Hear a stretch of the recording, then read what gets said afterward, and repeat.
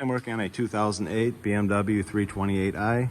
Just making a quick video talking about something I see very often. I'm replacing the rear shocks on this.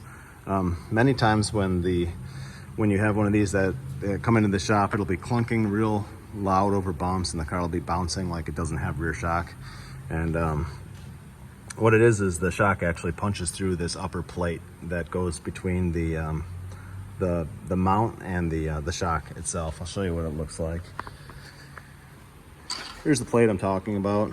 As you can see, they rot out really bad. The top of the shock starts to rust too and kind of taper down, and then it'll punch right through this. This plate on the top of this is where the mount goes.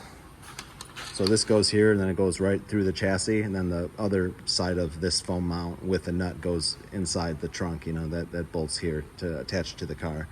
But this plate supports the load of the shock. Whenever you go over a bump, there's a lot of force applied right here, and the cup starts to rust out here, and it just punches right through. So you want to replace all of this stuff when you replace the shocks on one of these. You want to replace the shock, this dust shield, obviously this thing is mangled, and the upper mount as well. So this is what that dust shield's supposed to look like. It fits right into that cup, so when you put the cup here, you push this up into it, and then you just put the upper mount together on the top and shove it through. But yeah, that's something you don't want to forget. You don't want to just reuse the old one. Maybe in some climates you can, but not up here where they're using road salt. So that's it. Thanks for watching.